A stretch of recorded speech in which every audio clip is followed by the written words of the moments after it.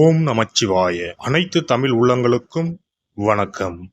நிகழும் ஸ்ரீ மங்களகரமான குரோதி ஆண்டு மார்கழி மாதம் 17ஆம் தேதி புதன்கிழமை அன்று தனுசு ராசி உத்திராடம் நட்சத்திரத்தில் கன்யா லக்கணத்தில் இந்த மகத்தான ஆங்கில புத்தாண்டு பிறக்கிறது. இந்த வருட ஆரம்பத்தில் கிரக நிலைகள் என பார்த்தால் குரு பகவான் ரிஷபராசியில் வக்ர நிலையில் சஞ்சாரம் செய்கின்றார். கடகராசியில் செவ்வாய் பகவான் வக்ரம் மற்றும் நீச நிலையில் சஞ்சாரம் செய்கின்றார். கன்னி ராசியில் கேது பகவானின் சஞ்சாரமும், விருச்சிக ராசியில் புதன் பகவானின் சஞ்சாரமும், தனுசு ராசியில் சூரியன் மற்றும் சந்திர பகவானின் இணைவும் இருக்கும். கும்பராசியில் சுக்கிரன் மற்றும் சனி பகவானின் சஞ்சாரம் இணைந்திருக்கும். அடுத்ததாக மீன ராசியில் ராகு பகவானின் சஞ்சாரம் இருக்கும். இவ்வித கிரக நிலைகளை கொண்டு இந்த 2025ஆம் வருடம் ஆரம்பமாகிறது. இந்த புத்தாண்டில் சனி பெயர்ச்சி, குரு பெயர்ச்சி, ராகு கேது பெயர்ச்சி என முக்கிய கிரகங்களின் பெயர்ச்சிகள் நடைபெற உள்ளது.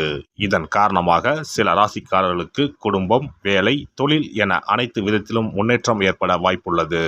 பிப்ரவரி 4ஆம் தேதி குரு பகவான் ரிஷபராசியில் வக்ர நிவர்த்தி அடைகிறார். மார்ச் 29ஆம் தேதி சனி பெயர்ச்சி நடைபெற உள்ளது. சனி பகவான் கும்பராசியில் இருந்து மீனராசிக்கு இடப்பெயர்ச்சி ஆகின்றார். மே மாதம் 14ஆம் தேதி குரு பகவான் ரிஷபராசியில் இருந்து மிதுன ராசிக்கு இடப்பெயர்ச்சி ஆகின்றார். மே மாதம் 18ஆம் தேதி ராகு கேது பெயர்ச்சி நடைபெறும். ராகு பகவான் கும்பராசிக்கும் கேது பகவான் சிம்மராசிக்கும் இடப்பெயர்ச்சி ஆகின்றனர். இந்த கிரக அமைப்பு மற்றும் பெயர்ச்சியினால் உங்கள் வாழ்வில் ஏற்பட போகும் சுபபலன் என்ன என்பதனையும், அசுப பலன் ஏற்படுமாயின் ராசிக்காரர்கள் செய்ய வேண்டிய பரிகாரம் என்ன, வழிபட வேண்டிய தெய்வம் யார் என்பதனை பற்றியும் விரிவாக காண்போம். பிறக்கப் போகும் இந்த ஆங்கில புத்தாண்டு உங்கள் வாழ்வில் வளமும் நலமும் செல்வ செழிப்பும் பெற்று வாழ்வில் உயரிய நிலையை அடைய எல்லாம் வல்ல எம்பெருமானை வேண்டி விரும்பி கேட்டுக்கொள்கிறேன். சிம்ம ராசி அன்பர்களே, 2025ஆம் ஆண்டு மே மாதம் வரைக்கும் ராகு பகவான் அஷ்டம ஆயுள் ஸ்தானத்திலும் கேது பகவான் தனவாக்கு குடும்பஸ்தானத்திலும் அமர்ந்துள்ளனர். 2025ஆம் ஆண்டு மே மாதம் முதல் பண வரவு அற்புதமாக இருக்கும். காரணம், ராகு பகவான் உங்கள் ராசிக்கு 7ஆம் வீட்டில் அமர்ந்து உங்கள் ராசியை பார்வையிடுகிறார். கழுத்தை நெரித்து வந்த கடன்கள் அடைபடும்.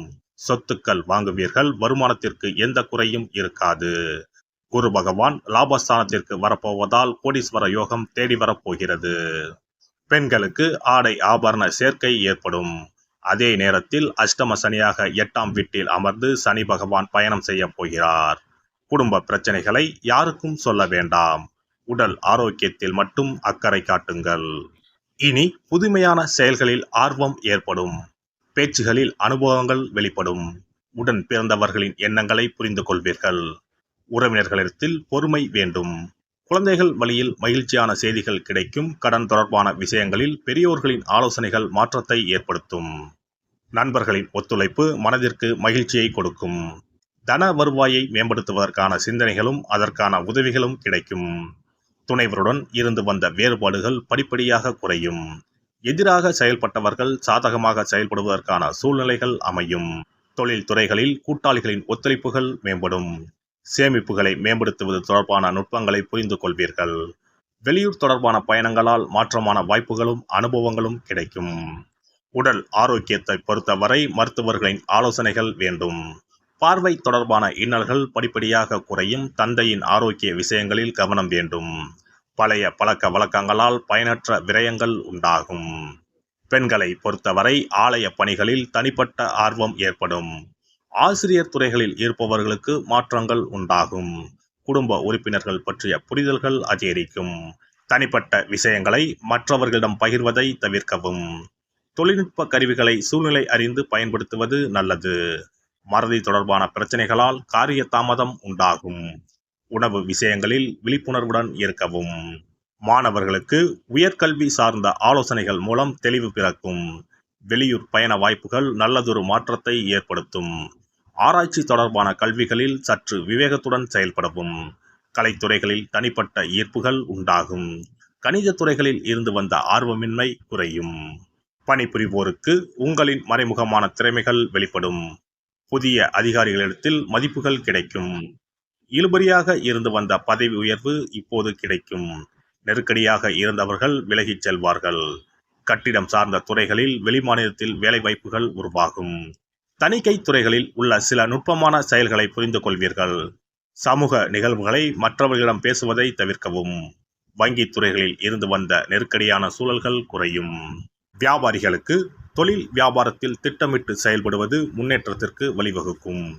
அபிவிருத்திக்கான எண்ணங்கள் மனதளவில் மேம்படும். அரசு வழியில் எதிர்பார்த்த உதவிகள் சாதகமாக அமையும். வெளிநாட்டு வர்த்தகங்களில் இருந்து வந்த தாமதங்கள் மறையும். கூட்டாளிகளிடம் பொறுமை காப்பது நல்லது. புதிய தொழில் தொடங்குவதற்கான எண்ணங்கள் சாத்தியமாகும். கால்நடைகளால் விரயம் உண்டாகும். சக விவசாயிகளிடம் வீண் விவாதங்களை தவிர்ப்பது நன்மையை தரும். கலைத்துறையினரை பொறுத்தவரை வளர்ச்சி படிப்படியாக உயரும். புதிய வாகனங்கள் வாங்கும் வாய்ப்புகள் கிடைக்கும். தொழில்நுட்ப துறைகளில் இருப்பவர்களுக்கு நல்ல வாய்ப்புகள் கிடைக்கும். உழைப்பிற்கான அங்கீகாரமும் கிடைக்கும். மனதிற்கு சந்தோஷமான காரியங்கள் நடக்கும். அரசியல்வாதிகளை பொறுத்தவரை புதிய பொறுப்புகளும் பதவிகளும் கிடைக்கும். வெளிநாட்டிற்கு செல்ல நினைத்தவர்களின் முயற்சிகள் வெற்றியாகும். எதிரிகளால் ஏற்பட்ட இன்னல்கள் விலகும். எதிர்பார்த்த உதவிகள் சரியான நேரத்தில் வந்து சேரும். ஸ்ரீரங்கத்தில் வீற்றிருக்கும் பெருமாளை வழிபாடு செய்து வர குடும்பத்தில் இருந்த வேறுபாடுகளும் புத்திர பாக்கிய தடைகளும் படிப்படியாக குறையும். சிறப்பு தொகுப்பு 2025ஆம் ஆண்டு சிறப்பாக அமைய புத்தாண்டு அன்று இதை மட்டும் செய்தால் போதும். 2025ஆம் ஆண்டு புத்தாண்டை வரவேற்க அனைவரும் ஆவலாக காத்திருக்கிறோம். ஆனால் அதற்கு முன்பு 2024ஆம் ஆண்டிற்கு நன்றி சொல்லி விடை கொடுப்பதும் மிகவும் முக்கியமானதாகும். இந்த ஆண்டில் கிடைத்த நல்ல விஷயங்களுக்கு நன்றி சொல்வதுடன் கிடைக்காமல் போன விஷயங்களுக்கும் சேர்த்து நன்றி சொல்ல வேண்டும். இதனால் பிறக்கப் போகும் புதிய ஆண்டில் அவைகள் இன்னும் சிறப்பாக நமக்கு நடப்பதற்கு வழிவகுக்கும். 2025ஆம் ஆண்டிற்கான காலண்டர் வாங்குவதற்கு முன் அதில் வேறு எந்த நிறுவனத்தின் பெயரோ எதுவும் இல்லாததாக பார்த்து வாங்கி வீட்டில் வைக்க வேண்டும். குறிப்பாக மகாலட்சுமி, வராகி அம்மன் படத்துடன் இருக்கும் காலண்டரை வாங்கி வீட்டில் வைப்பது நல்லது. இது தவிர புத்தாண்டு நாளன்று எந்த மாதிரி விஷயங்களை செய்தால் வரப்போகும் ஆண்டு நமக்கு சிறப்பான ஆண்டாக அமையும் என்பதை நாம் தெரிந்து கொள்ளலாம். ஒவ்வொரு ஆண்டும் ஆங்கில புத்தாண்டோ அல்லது தமிழ் புத்தாண்டோ எதுவாக இருந்தாலும் சரி, பிறக்கப் போகும் புதிய ஆண்டு சிறப்பாக இருக்க வேண்டும். இந்த ஆண்டிலாவது நம்முடைய கஷ்டங்கள் தீர வேண்டும் அல்லது நினைத்த காரியம் கைகூட வேண்டும் என்று அனைவரும் நினைப்பதுண்டு. ஆண்டு முழுவதும் நல்லபடியாக அமைய புத்தாண்டு அன்று நாம் சில விஷயங்களை மேற்கொள்ள வேண்டியது ரொம்ப முக்கியம். இதனால் புதிய ஆண்டு உங்களுக்கு ஆரோக்கியம், சந்தோஷம், செல்வ வளம் நிறைந்த ஆண்டாக அமையும். புத்தாண்டு அன்று காலையில் எழுந்தவுடனேயே நாம் குளித்து விடுவோம். அப்படி நாம் குளிப்பதற்கு முன் குளிக்கின்ற நீரில் 3 முக்கியமான பொருட்களை சேர்ப்பது மிகவும் நல்லது. அந்த தண்ணீரில் முதலில் சிறிது கல்லுப்பை சேர்க்க வேண்டும். கல்லுப்பு நமக்கு இருக்கும் கண் திருஷ்டி, எதிர்மறை ஆற்றல்கள் ஆகியவற்றை அகற்றிவிடும். அடுத்ததாக சிறிது மஞ்சள் தூளை அதில் சேர்க்க வேண்டும். இதுவும் எதிர்மறை ஆற்றல்களை நீக்கி வாழ்வில் மங்களங்களை நிறைய செய்யும். மூன்றாவதாக சிறிது சுத்தமான பாலை சேர்க்க வேண்டும். அது பசும்பாலாக இருப்பது மிகவும் சிறப்பானது. இவை மூன்றுமே மகாலட்சுமியின் அம்சமானவை என்பதால் இவற்றை நீரில் கலந்து குளித்தால் அந்த ஆண்டு முழுவதும் நமக்கு மகாலட்சுமியின் கடாட்சம் கிடைக்கும். அடுத்ததாக புத்தாண்டு அன்று காலையில் வீட்டின் வாசலில் சிறிதளவு மஞ்சள் தடவி அதன் மீது அரிசி மாவில் கோலமிட வேண்டும். அதன் மீது ஒரு அகலில் மஞ்சள் நிற திரியிட்டு நெய் விட்டு தீபம் ஏற்ற வேண்டும். அதற்கு பிறகு வீட்டிற்குள் நல்லெண்ணெய் தீபம் ஏற்றி அன்னாசி பூ நறுமணம் கொண்ட ஊதுபத்தியை ஏற்றி வைத்து வழிபட வேண்டும். இந்த ஆண்டில் வராகி அம்மனை வழிபடுவது சிறப்பானது. இதனால் வெற்றிகளும் மகிழ்ச்சிகளும் கூடும். அதேபோல் புத்தாண்டு அன்று இரவு 9 மணிக்குள் சில முக்கியமான பொருட்களை வீட்டின் பூஜை அறையில் வாங்கி வைத்து வழிபடுவதால் வீட்டின் பொருளாதாரத்தை அதிகரிக்க செய்யும். ராகு காலம், யமகண்டம் இல்லாத நேரம் புதிதாக தேங்காய் ஒன்றை வாங்கி வீட்டின் பூஜை அறையில் வைத்து வழிபட வேண்டும். அதன் பிறகு அதை எடுத்து சமையலுக்கு பயன்படுத்திக் கொள்ளலாம். தேங்காய் மங்களத்தின் அடையாளமாக கருதப்படுகிறது. இந்த பொருளை வீட்டில் வாங்கி வைப்பது மிகவும் நல்லது. அதோடு மயிலிறகை தேவஸ்தான கடைகளில் போய் வாங்கி கொண்டு வந்து வீட்டில் வைக்கலாம். முருகப்பெருமானின் வாகனமாக இருக்கக்கூடிய மயிலின் இறகை வீட்டில் வைப்பதால் நேர்மறை ஆற்றல்கள் பெருகும். அடுத்ததாக ஒரு கைப்பிடி அளவாவது பச்சரிசியை வாங்கி வீட்டில் வைத்து வழிபடலாம். கடைசியாக லட்சுமி குபேரர் சிலையை வாங்கி வைக்கலாம். லட்சுமி குபேரர் சிலை கிடைக்காவிட்டாலும் லட்சுமி குபேரர் படத்தையாவது வாங்கி வைத்து வழிபடுவது சிறப்பு. இதனால் ஆண்டு முழுவதும் வீட்டில் செல்வம் பெருகிக் கொண்டே இருக்கும். எல்லாம் வல்ல இறையருளால் நீங்களும் உங்கள் அன்பு குடும்பமும் உடல் நலம், நீலாயுள், நிறை செல்வம், உயர் புகழ், மெய்ஞானம் ஓங்கி வாழ்க வளமுடன்.